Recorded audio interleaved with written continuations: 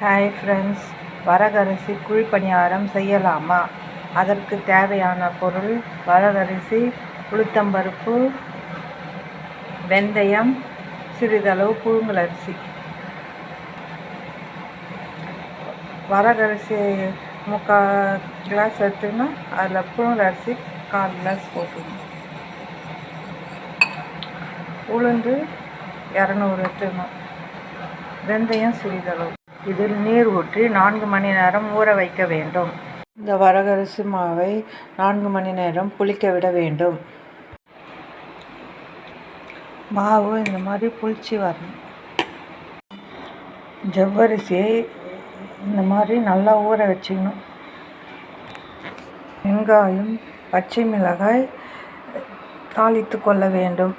ஜவ்வரிசியை இந்த மாவில் சேர்த்துக்கணும். எண்ணெய் காய்ந்ததும் கடுகு சேர்க்க வேண்டும். பிறகு சிறிதளவு உளுந்தம்பருப்பு, கடலைப்பருப்பு சேர்க்க வேண்டும். நன்றாக சிவக்க வறுக்க வேண்டும்.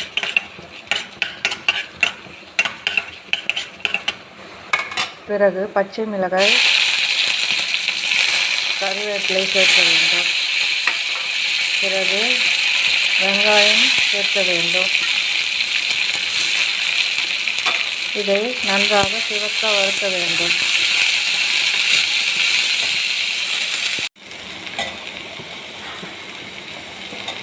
இந்த மாதிரி சிவந்து வந்ததும் மாவில் சேர்க்க வேண்டும்.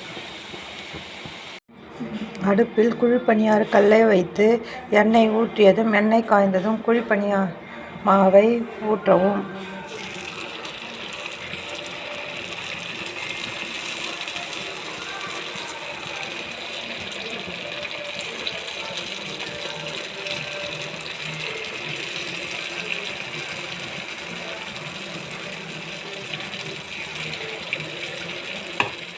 பிறகு சிவந்ததும் திருப்ப வேண்டும்.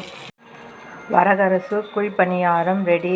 இதற்கு சட்னி தொட்டுக்கொண்டு சாப்பிட்டால் நன்றாக இருக்கும். பிடித்திருந்தால் லைக் பண்ணுங்கள், ஷேர் பண்ணுங்கள், சப்ஸ்கிரைப் பண்ணுங்கள். சப்ஸ்கிரைப் பண்ணுங்கள்.